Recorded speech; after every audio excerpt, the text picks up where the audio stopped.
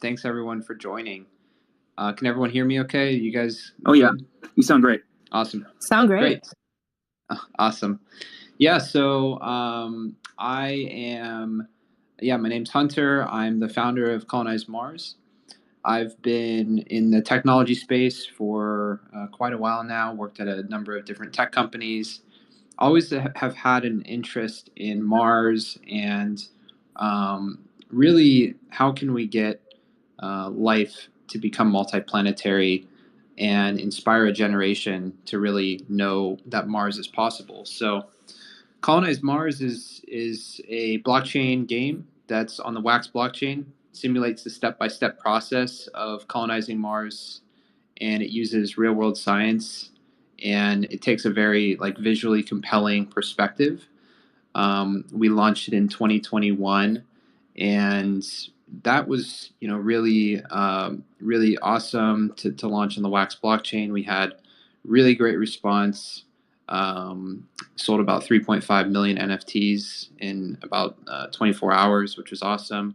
That gave us what we needed to get started on developing the game, and here we are. In 2022, we are about to launch some of our game features, and just shipped Mission 4, which is really exciting, which I'm looking forward to getting into with you guys as well. Dude, that's awesome. Thank you so much. That's a lot of NFTs in a short time period. Hats off to you for that. Congratulations. Yeah, thank you. What would you say is the ultimate goal of the game? Yeah, so as I was saying, Colonize Mars, it's really a step-by-step process of showing the basically the colonization process, and what we're doing is we're incorporating a detailed story world about the first astronauts on Mars, developed by an Emmy Award-winning team. We're building it from the ground up with features that can only really exist in Web3 games, and the Web3 space is the perfect type of it's perfect for this type of project because we're able to reward people for their time, and they're also having fun playing the game. And everyone kind of gets rewarded for that. With the ultimate goal of the project, kind of what I was saying before, we're really trying to inspire a generation to know that Mars is possible. And what we're doing that I think is pretty unique is we're wanting to kind of show the beauty in Mars, and the fact that we believe that going to Mars one day will actually be a really great life. And I think that it's pretty common, especially in fiction about Mars, to focus quite heavily on, the constant struggle of I'm gonna, die every day because it's really hard to, live on Mars, and there's certain challenges. And fiction kind of has to have constant conflict to really be compelling. But we believe that the nonfiction version of Mars will actually be a life worth living, and so we're trying to showcase the technology that's available actually today about going to Mars, and really what it's going to take to enable that life. Because we don't believe that a life on Mars is going to be dreary. We think it's going to be actually a really beautiful and interesting alternative to Earth, and we want to just show people what that looks like. That's really idealistic. I think I agree with you. I think Mars is beautiful and will grow into something beautiful once we get there. Not in my lifetime, I don't think, but I know hopefully my generation away. Yeah, the sunsets are blue. I mean, that's going to be amazing to see. Yeah, that's exciting. How do you see Colonize Mars, the project, continuing to adapt and change to meet your goal of passing showcasing the beauty, inspiring future generations? How's the game going to adapt to trying to meet that? So, I think it really starts with a solid showcase of the technology, the scientific input.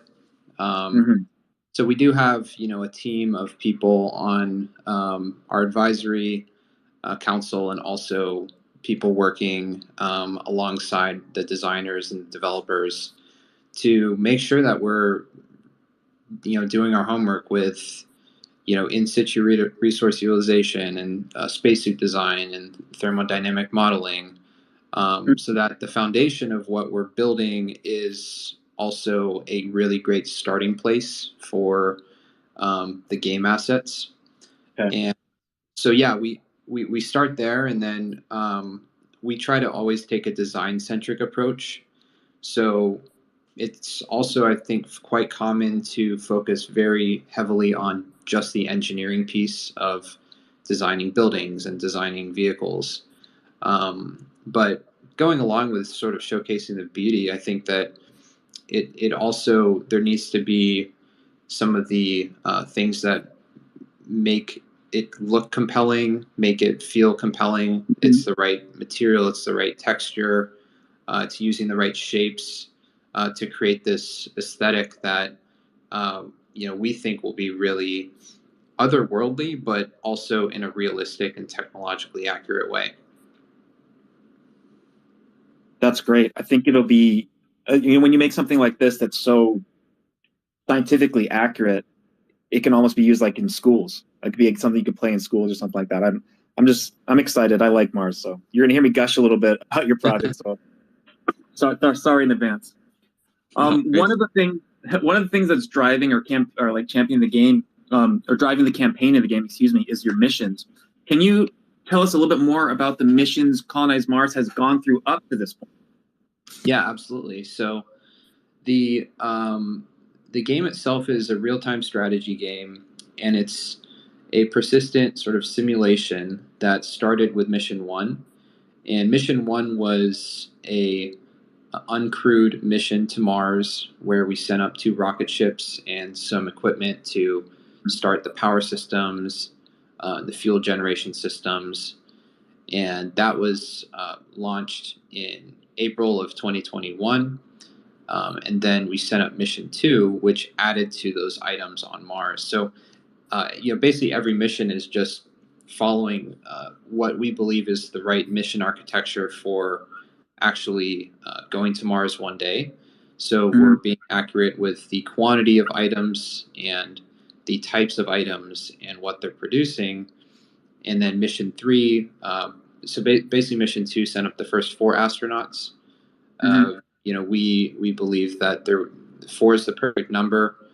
2 pairs of scientists and engineers for the first mission to accomplish, all of the setting up inflatable structures and greenhouses and some of the initial laboratory equipment. And then Mission 3 was an expansion of that. 8 additional astronauts were sent up. And then Mission 4 is actually pretty critical, because the gameplay that we're releasing is the first features will be a resource simulation. So every player has the ability to either own an item on Mars, or basically have sort of partial ownership of an item on Mars, and those that ownership allows you to generate resources from that particular item.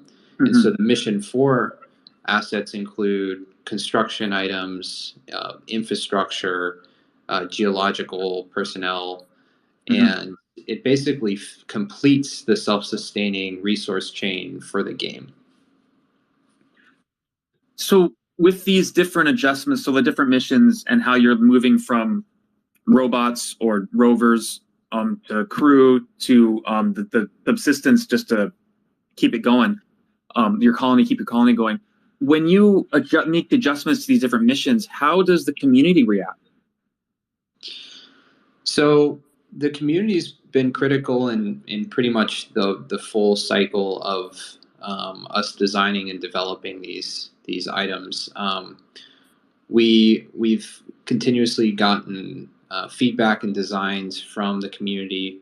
We actually did a contest for a few of the items in Mission 4, such as our construction utility vehicle, our quad bike, and a few of the other buildings. So What we really try to encourage is basically having our Discord be a hub for discussion, scientific discussion about the items. So our community is going to continue to play a key role in us developing, future items, and we really encourage that. And so, for those items, we started with a baseline idea of what we wanted to do. We shared some artwork, we got some feedback, and then we incorporated that into the designs, and that's kind of where we got to today. And then when we release missions, the community is supporting us through purchasing the NFTs, using those NFTs within the game to produce Marcia right now, and then eventually resources, and that'll continue to grow as the resource chain expands. And then as we release more features, there will be more ways for the communities to basically acquire resources and play within the self-sustaining virtual economy. And you mentioned that there's a lot of scientific discussion in your Discord. When you made these new when you released these new mission types, did you see a shift in the conversation about what the community focused on? I think you maybe hinted at it. They were speaking about the different parts and the different goals with each mission. Were you able to observe that? Yeah, for sure. I think the biggest change was when we started basically releasing astronauts. We actually have an in-world podcast that we do weekly called The Redshift, which is from the perspective of the astronauts. And so, basically the game takes place it starts in the 2030s when, we believe that we'll be able to go to Mars. And so the Redshift is essentially telling the story of each of the first astronauts, because each one's named, and it has, each astronaut has their own background and sort of story. And so that really explores the different astronauts and what they're going through. So we had a lot of conversation about, some of the different areas that the astronauts were exploring. They had some adventures, and it really added another dimension of storytelling and participation. And we did things like contests to promote certain people within our Discord with certain ranks and things like that. So, I think that the astronauts were a big one, just because people started getting invested in the actual astronauts and what they were doing, and kind of leaning into those human relationships. And then I think that really with the items that we're starting to release, there's even more science and innovation involved in the design. So I think the conversation will definitely continue to evolve with the new items in Mission 4. Awesome. And then, when you're making new additions to the game, I'm curious also, do you see a shift in your player base with each new mission? The goal is do you see a shift or something for how they change their goals from your players? Yeah, so there's definitely different strategies involved with the NFTs, and this will really open up with the resource, the resource chain gameplay, because what's essentially happening is each item type is inputting and outputting different resources. So, for instance, solar panels. They don't have any inputs, but they output power. Right. Ice mining rigs input power and output water. And so what was really cool is some of our community members actually made a tool to showcase what a person's inventory in their wallet, what inputs and outputs their collection would yield in the resource game. And so as new items are released, players are going in, checking their collection, and strategizing. Perhaps they want to focus on power generation, or maybe they want to focus on, um, you know, creating water or creating food. So, as those items are released, the strategies become more and more um, interesting and diverse. And so we're definitely seeing that, and that's continuing to evolve. All right, awesome. On that note, I think it's a good segue into what Schnazzy is going to be asking you about. So let me hand the mic over to her and take it away, Schnazzy. Thank you, Hunter. Yeah, thank you, Tommy. Yeah, I'm excited to dig into this, Hunter, because I really am excited to hear more about the gameplay. You were talking about.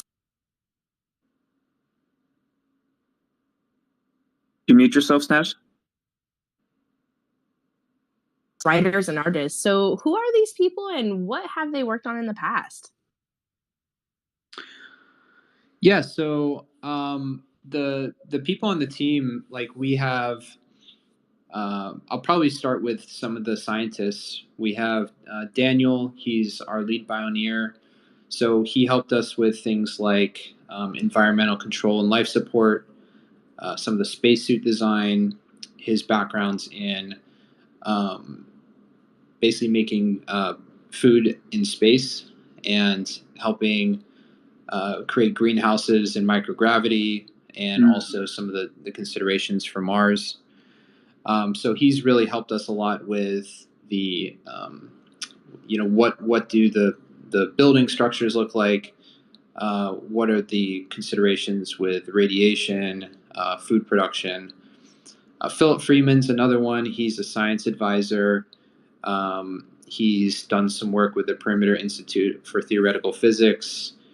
He's contributed to a lot of um, the details around our vehicles, and things like which tire material to use and what powertrain systems to use in our vehicles. We have John Spencer, who is a experience designer and developer. He's the founder of the Space Tourism Society.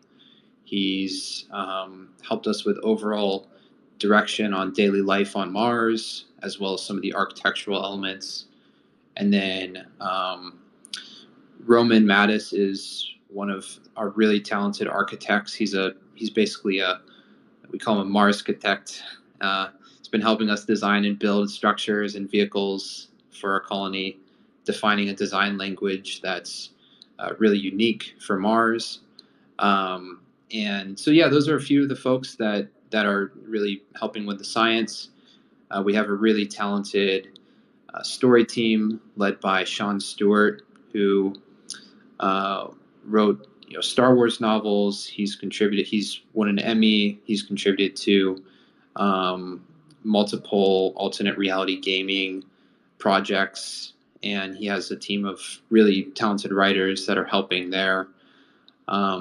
So yeah, the team's really, really, it's been growing. It's been fantastic to see people contributing at all levels. And so yeah, the few people that we've been designing and advising us now has been really invaluable.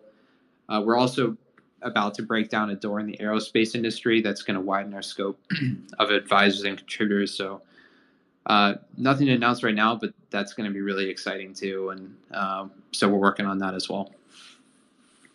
Oh my gosh, that is so exciting to hear about who all is making your team. I mean, with all of the scientific accuracy that goes into theorizing what the vehicles look like or how they would function or what kind of materials they would be made out of, to even the buildings being the same way, do you see some of your game designs maybe translating to real world items whenever we do make it to Mars?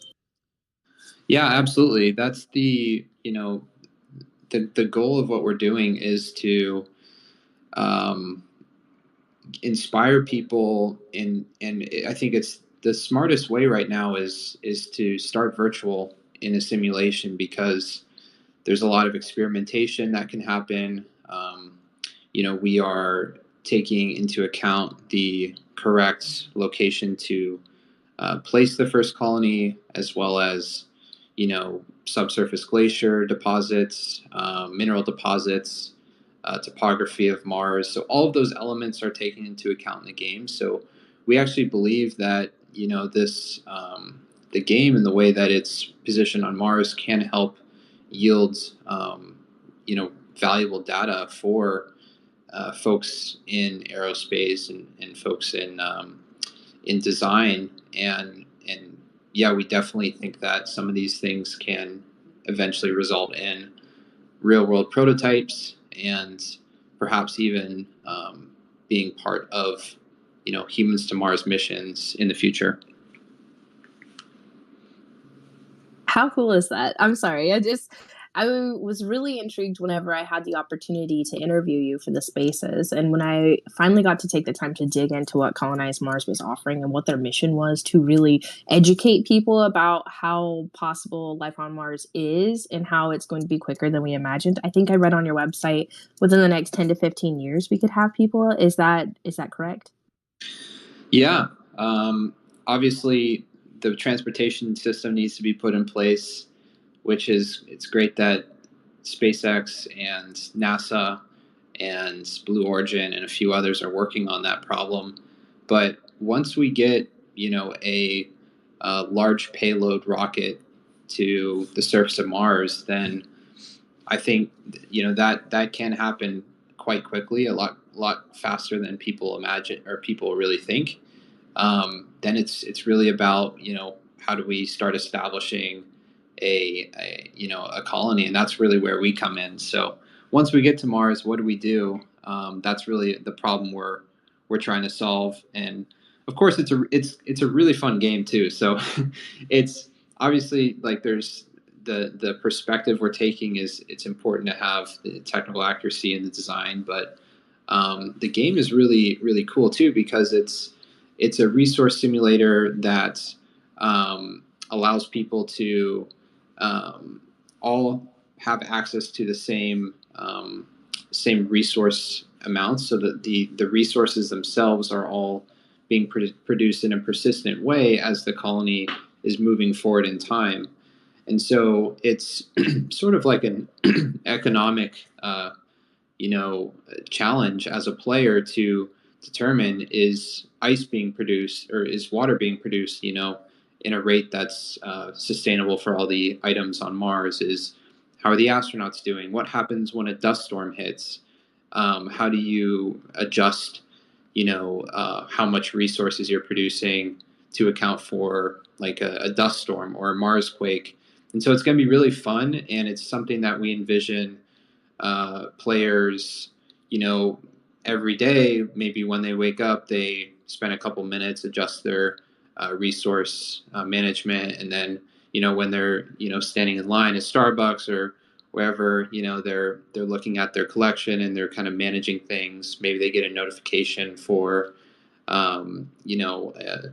maybe some of the astronauts got a virus or something. So now they need to think about, okay, how does that affect labor output for certain items? So it's really going to get people in this mindset of being almost a decentralized mission control for humans to Mars missions. And I think that'll be really fun to have players sort of, it's almost like, live action role playing a little bit, but without the live piece. But yeah, it's going to be really fun. It sounds really fun. I love the fact that there's decision making involved. Now, is this a community based decision making, or is it a unique individual's decision making? And what are some of the consequences for making a misstep? Yeah, so it's going to start out mostly with, it's mostly individuals, but we are going to rapidly start adding benefits to uh, grouping up with your guild or your friends and playing together. So, for an example, like there's ownership of, let's say, a rover, and if you get your friends to support, your rover and help maintain it and help repair it, then you might be able to give them sort of a benefit in terms of the resource management. Maybe they can produce a little bit more of the resource than someone who's not a part of your guild or working independently. So because we think, on Mars, like, it's going to be important for people to work together, and it's going to be important for friendships to be made and communities to be formed. And that also really goes into once we open up land gameplay, it's going to be an even more critical point of developing outposts and things like that. But that's probably more for another time. That's a whole different feature set that we're developing. But yeah, it's going to be, you can be sort of like your own Martian entrepreneur and manage the entire resource chain by yourself. Is just going to be a lot of work. Or you can team up with people and trade resources and do just a piece of it. Now, the consequences for doing things, I guess, basically, once the resource gameplay goes live, the amount of tokens that each item on Mars generates will go down to 25% unless you start playing the resource game. And you can get it back up to 100%, but that requires you to constantly be monitoring your items to make sure that they're operating at maximum capacity. And things that can diminish the capacity are things like hazards, which are randomly generated events such as dust storms or Mars quakes or viruses. And those get generated. There's a very small chance of some of those things happening every hour. So every day is different on Mars. And so we're sort of simulating that decision-making process. And so players need to react to those things as they're happening. And players that do react will be the most efficient and basically at the end will have the most resources and have the most rare NFTs and all those things. I love that you bring it up because I also saw that you're going to be introducing a real-time, I guess Mars real-time mechanic where, like you said, those interactions are going to be happening. So I'm really interested to hear more about the podcast that you do in game with your 4 astronaut character types. Are those lores more like a psychological log of the astronaut's day? Yeah, exactly. So, we every week pretty much what happens is we explore a new journal entry of one of the astronauts on Mars. So that's pretty much been the core storytelling way that we approach each episode. So there's a weather report on Mars. There's a commercial sometimes it's for our some of the astronaut programs that are part of our story world. And then we always have a narrative element of what happened on Mars that week, and it's told from the perspective of different astronauts. So there's been a few things like the astronauts take a rover out, and it goes through the process of exploring Mars.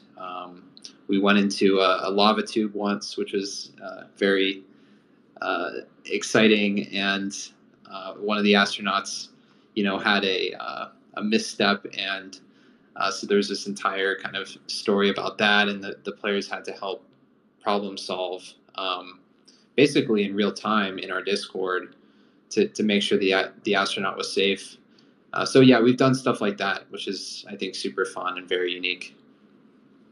I think that is really fun. I'm a huge, huge fan of flavor, and it really feels like Colonize Mars because they take such a scientific and real life approach to the game that you're able to produce like quality flavor. And I think it's extremely important that you have such renowned writers as part of your team too, because it really helps bring the story to life.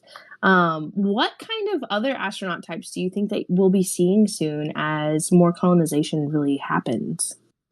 Yeah, so we started with engineers and scientists, And then we have botanists, and we are introducing actually civil engineers were released into our store yesterday, and so those are the folks that are helping set up the more complex 3D printed structures and and operating some of the construction equipment. We'll also be releasing geologists, which are going to be helping explore the land and start surveying for minerals and different points of interest. And then we're also adding security personnel, which is going to be an interesting one. And then after that, we will have other more specializations. Think about logistics and other engineering roles, and some of the even some of the roles in terms of more civilians and teachers, artists. Those will all be very important for life on Mars. So yeah, I don't know the exact number of specialties we have, but it's between 15 and 20. I believe that we will be releasing in totality. And then there will be opportunities for us to evolve that over time, and we have some of those features planned for a little bit later. I'm really excited to hear how you take some of those other specialties and give them a log as well. I'm really excited. Yeah. Just to hear what kind of lore you come up with. I know you were talking about how your community helps generate content ideas for like the bicycle that you were talking about. Are there any room for community created lore too as well for those new astronauts? Yeah, absolutely. And of course, like the Discord is really where it's sort of set up for all these conversations. So there's channels around the game and the economy. Like we were discussing earlier, some of the science is also on conversations on Discord. And yeah, I mean, for us, we're looking for new ways to connect with our community and also bring that more formally into the game. So yeah, I mean, the lore itself, I think the way that we see it is basically we have a the story revolves around the Interplanetary Space Alliance, which is our the name that we give basically the entity that has helped humans go to Mars, and it's essentially a DAO.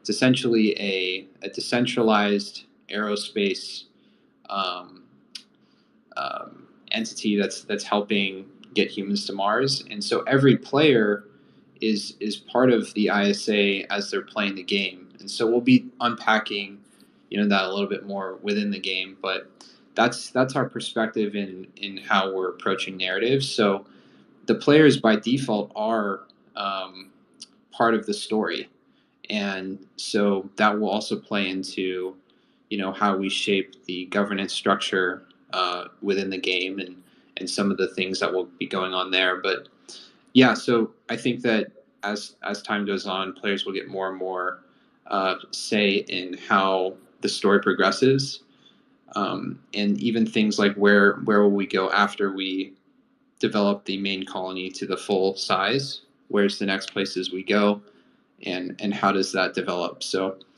I think it'll be really fun because there's sort of a choose your own adventure element to this, but it's more as a collective unit, and how we decide to go and continue to colonize Mars.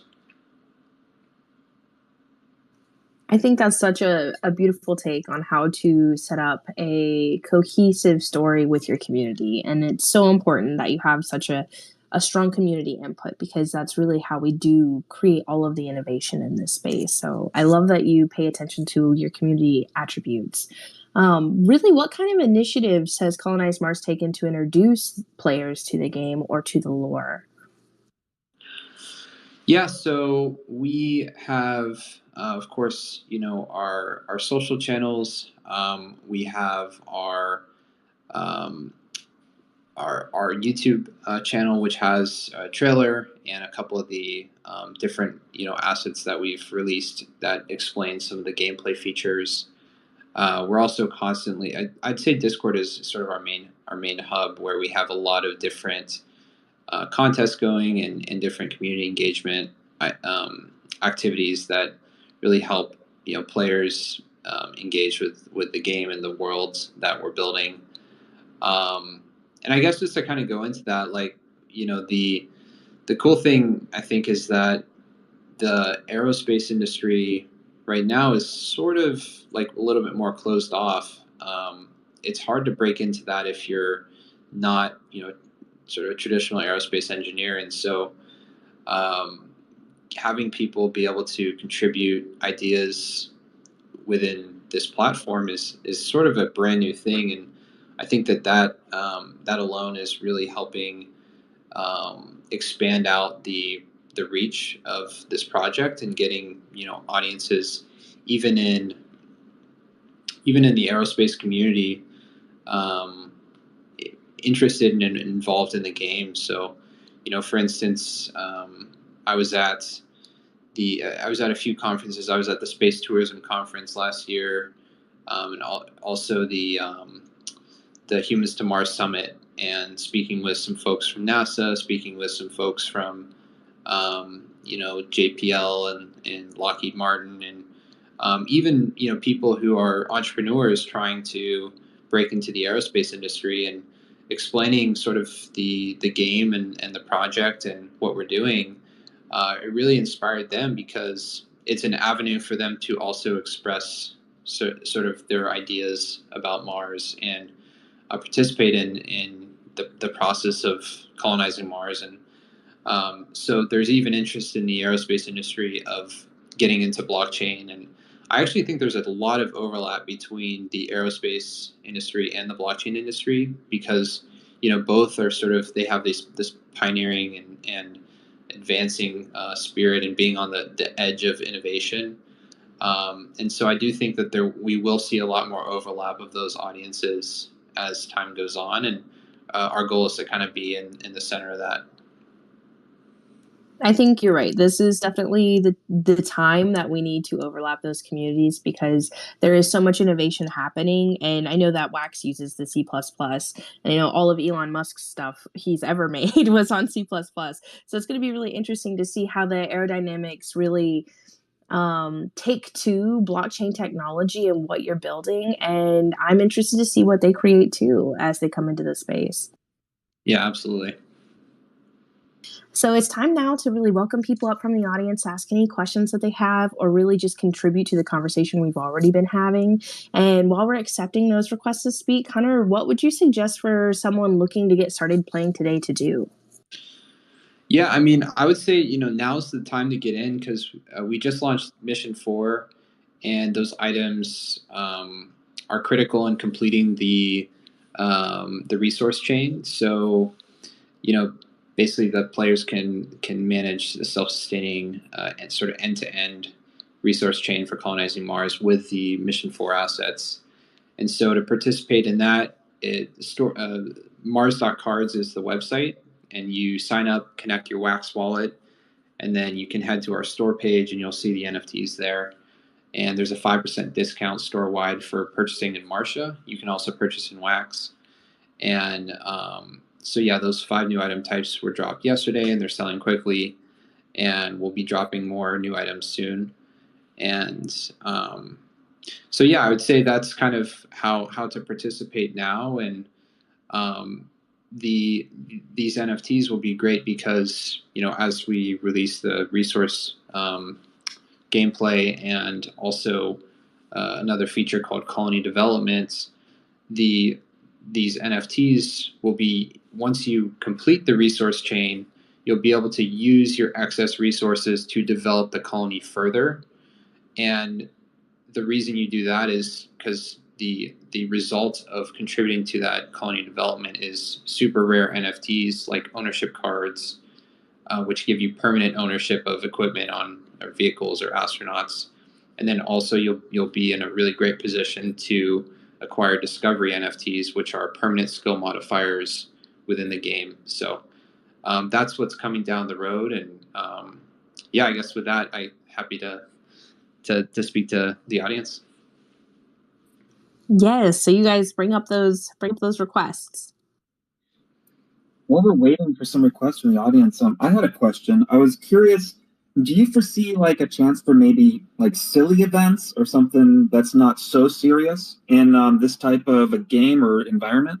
Maybe I don't know, Elon Musk's car crashes into the Earth and you got to find it or something like that, or into the Mars, excuse me, into the ground. I'm stuck on Earth. What can I say?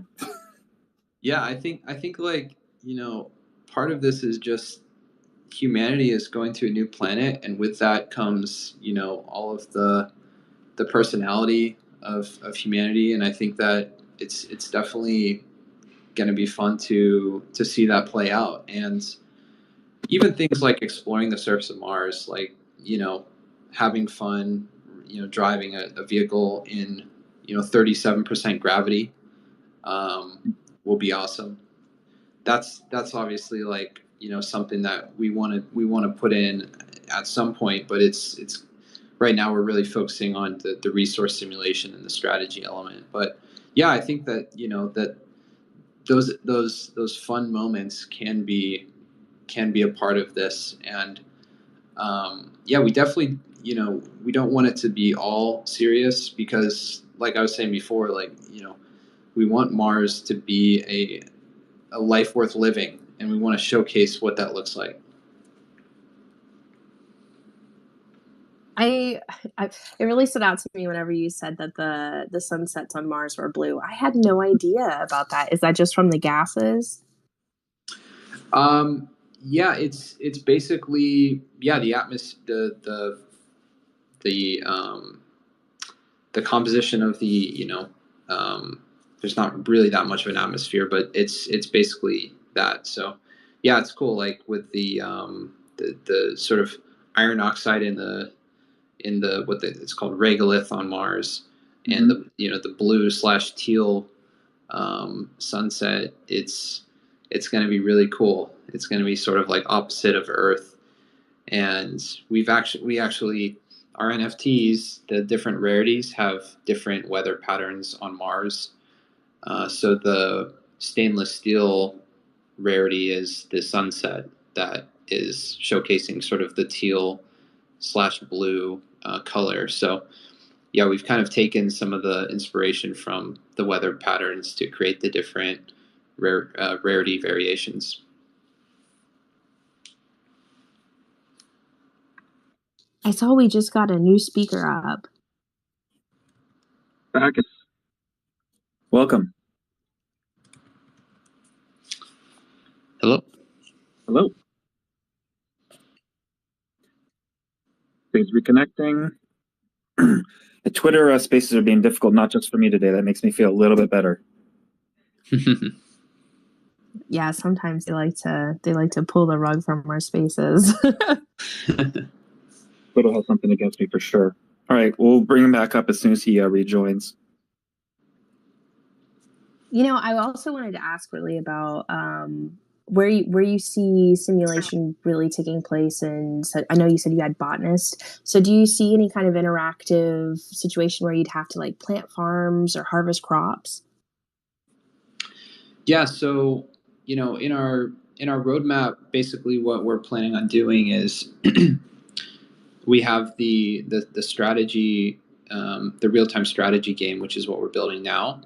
And then, soon we will be kicking off development of a sort of more of a boots on the ground game, which you'll be able to be from the perspective of an astronaut, and go to the surface of Mars and use your astronaut to fulfill some of the job requests from the strategy game, and do things like play some of the mini games, perhaps one of them being exploring sort of the crop system and the greenhouses.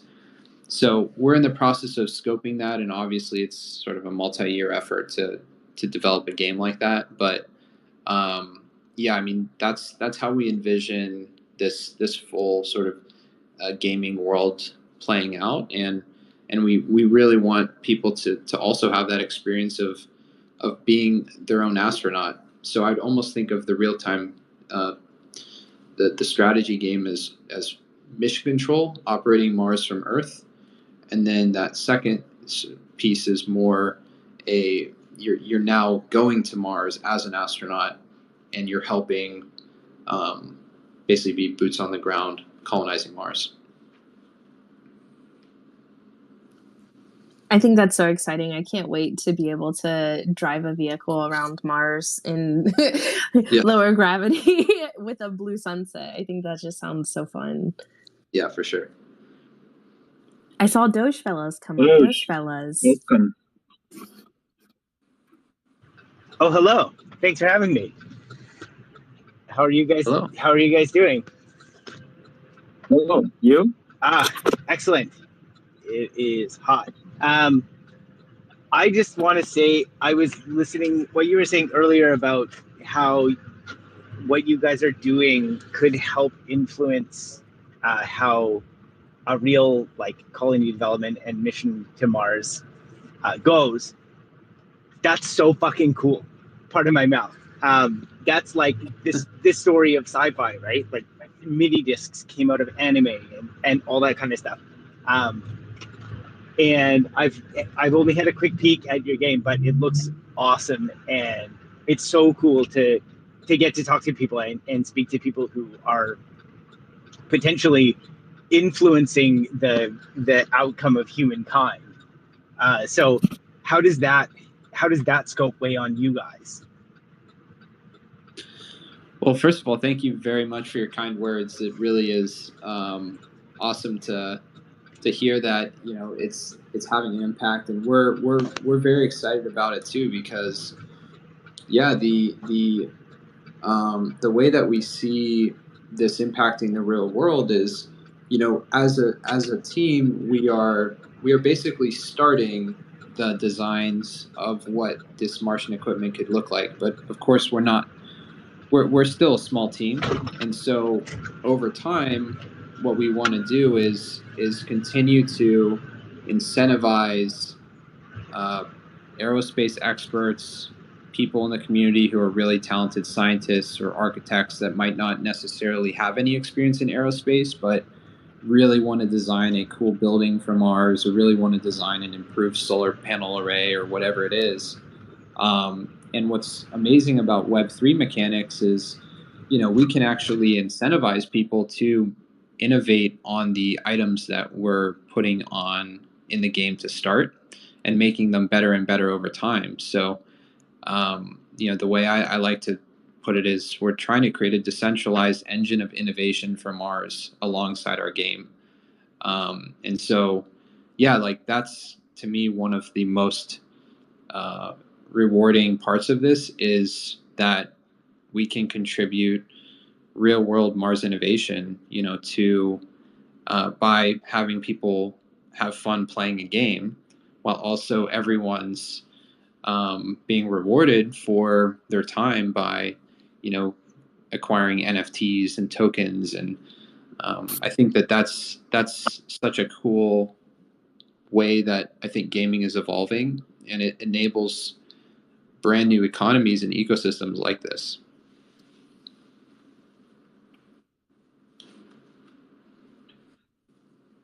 Great answer. All right, we have Malachi just came up to ask a question, and then Bacchus, I see you back down there. I sent you another invite to come up and ask your question. I know Twitter's being funny. We'll go to you if you can get up here right after Malachi. Malachi, you have the mic. Hey, I just hopped in. I hopped in a little late. I just wanted to, I guess, get your guys' thoughts on Solana.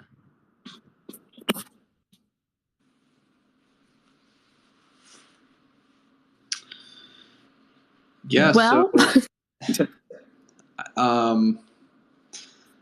yeah, I'm not sure. Is there is there a particular aspect of Solana, I guess, that, or I'm, yeah, maybe some more specificity. I guess just when I went to the hacker house, they were saying they thought Solana would be like the preferred blockchain for like gaming, and like maybe kind of what's your guys' thoughts on that? If you agree, disagree, or like just I guess your general thoughts.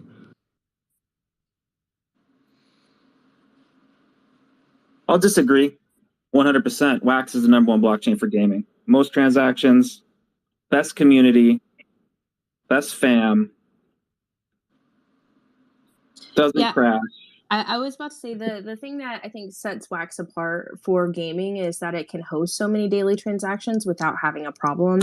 And it also offers a cloud wallet for their users, which makes things like gaming really easy because they can set up their wallet through things that they already have, like social accounts and Gmails, to really onboard new users. So it also has no gas fees, it's proof of stake. So I think that's really what sets apart Wax. But I mean, we can cater this to Colonize Mars. Colonize Mars, why did you guys choose to build on Wax? So I think that those reasons really apply to our decision to launch on Wax. It's a very eco-friendly blockchain. It doesn't, like we like I was saying before, we sold 3.5 million NFTs in our first launch, and it didn't cost millions of dollars to mint those NFTs, which was fantastic for us. And the other thing I'd just add to it is the community is very supportive and friendly and warm and just collaborative within the Wax ecosystem. And I've found that throughout the time as a founder of a project and a developer, getting support from other founders and developers, and support from the Wax team directly as well, has been really encouraging to the team. Well put. Thank you. Yeah.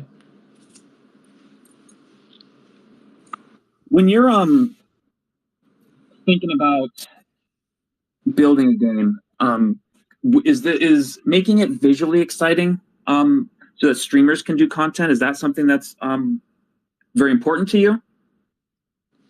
Absolutely. And we actually just along with Mission 4, we redid our entire. We have a 3D map of the Martian surface on our website as well, and we redid the entire thing from the ground up in Unity to make it more visually compelling. And we're going to continue to add more features to it, such as visual upgrades. So if you want to represent your guild, or you want to have like a unique element or asset outside your building, or as part of that, you can do that, and you can showcase that it's yours. And so there's elements to the colony map that are really cool. Also, it's using a dynamic lighting cycle, so every time you log into the game, depending on what time it is on Mars, the map lighting will change. So it might be nighttime, and the map will show nighttime, or it might be sunset, and it shows sunset. And the entire interface actually changes based on the time of day. There's different lighting schemes that we use to really connect it to Mars. And we'll continue to be adding more and more 3D features, which I think will make it exciting to stream. And then also some of those hazard elements, those things that are happening in real time over the course of every hour, will also make it interesting for people to start, strategizing and reacting in real time on their streams.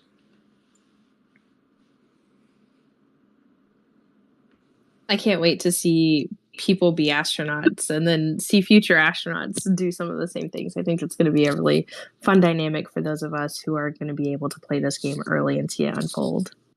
Yeah, totally. And we are still very early on. So, now is definitely the time to get in. The NFTs in the game are earning Marcia basically very passively.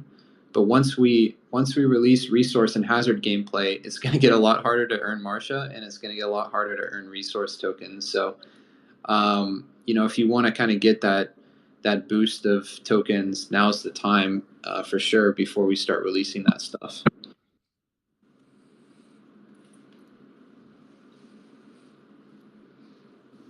Would anybody else like to come up before we shut this space down? Colonize Mars has been really great at answering all of our questions, and I am excited to dig into it tonight.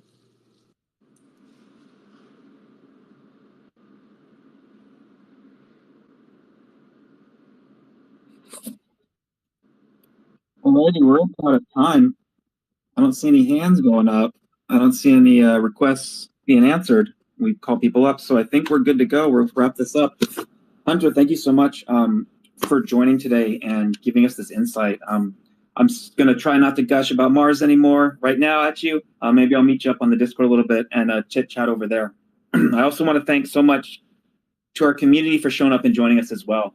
Despite everything that's happening in the real world, we're all here creating not only the future of Web3, but through games like this, possibly creating solutions for a multi-planetary society. And while we might not have an Ansible yet, these blockchain records will be recorded for history and can be reviewed by our descendants, right? Not ancestors, descendants. So it's important to have these conversations about how we control direction and narrative of our own creations and our innovation. We wouldn't be here if it wasn't for you, our Wax fam. So good night, everyone. If you're up, please you can check out the Wax Wednesday PM space later tonight, Brett Blackberg. And I'm going to see some of you muscleheads in the armbar tomorrow for the closed beta. So get ready to get flexed on, because I'm going to flex the hell out of some of you blockchain brawlers. All right? Have a great night. And keep building. Take care, everybody. Have a great night. Thank you, guys. Happy Wax Wednesday. Thanks, Hunter. I appreciate it.